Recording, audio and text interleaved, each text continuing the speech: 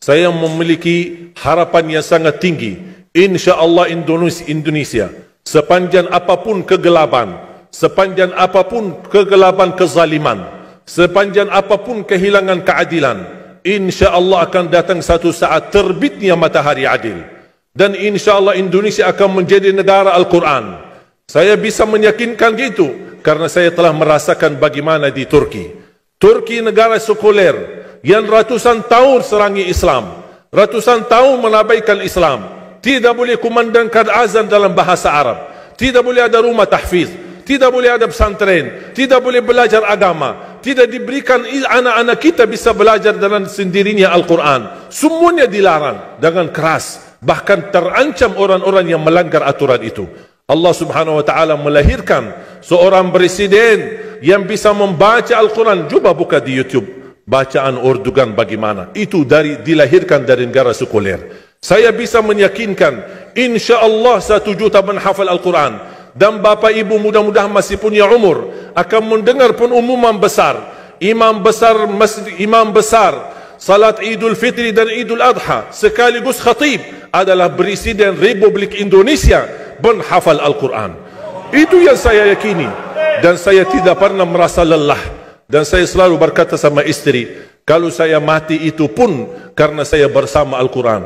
Wallahi jamaah sekalian, yang bersama Al-Quran tidak akan merugi. Berkah rizkinya, berkah umurnya, terjamin kebahagiaan. Allah Subhanahu wa taala hanya minta satu, berkenan bersama Al-Quran di dunia. Apa yang kita dapat? Apa yang akan dibalas?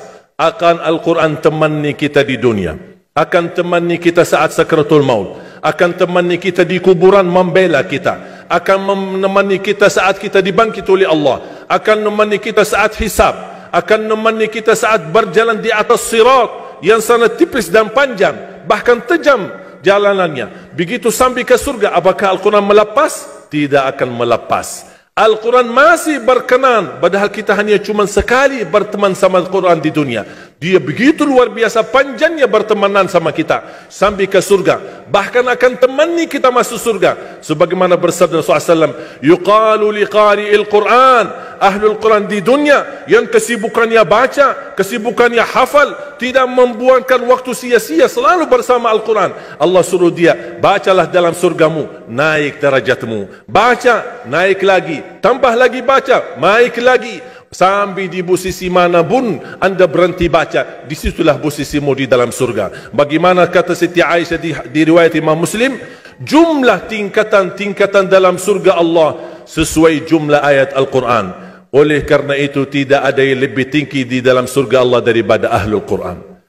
Cukuplah bahagia Ahlul Quran ketika di hari kiamat dipanggil. Semua manusia dibangkitkan oleh Allah. Malaikat memberikan pengumuman, mana Ahlul Quran? Berdiri, rapat, berdekatan. Mereka maju, mau bawa kami ke mana? Kalian terpilih menjadi orang yang terdekat sama Allah. Karena Ahlul Quran adalah keluarga Allah Subhanahu wa ta'ala. Bukan hanya kita sendiri yang mendapatkan anugerahnya dan manfaatnya.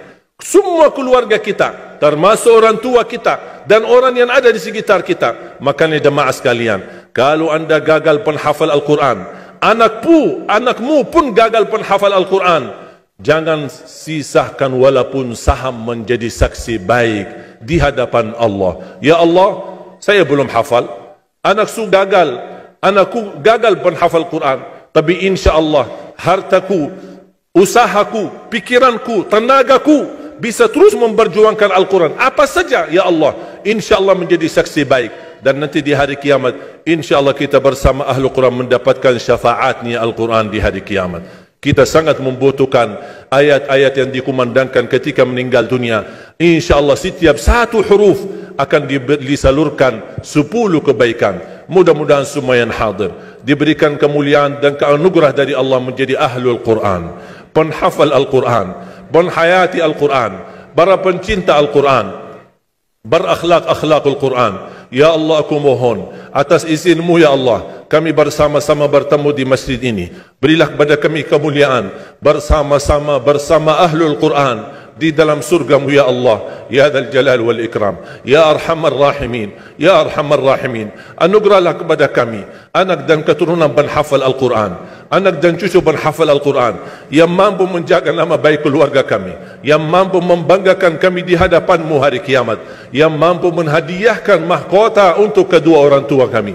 Birahmatika ya Arhamar Rahimin. Ya Allah, maafkan kalau kami tidak berhasil menjadi penghafal Al-Quran. Tapi ya Allah, kami kurbankan nyawa kami, harta kami, usia kami, tenaga kami, pemikiran kami, ilmu kami untuk Al-Quran, agar Indonesia ke depan menjadi negara Al-Quran, agar Indonesia menjadi contoh terbaik untuk mata dunia, agar bisa kita melahirkan. Karena saya meyakinkan ya Allah, dan kami semua meyakinkan, terjamin masa depan Indonesia baldatun tayyibatun wa rabbun ghafur kalau selalu bersama Al-Quran. اغفر لنا ولوالدينا ولجميع المسلمين والمسلمات والمؤمنين والمؤمنات الأحياء منهم والأموات. ربنا آتنا في الدنيا حسنة وفي الآخرة حسنة وقنا عذاب النار. وصلى الله على سيدنا ونبينا محمد وعلى آله وصحبه وبارك وسلم والحمد لله رب العالمين. سبحانك اللهم وبحمدك.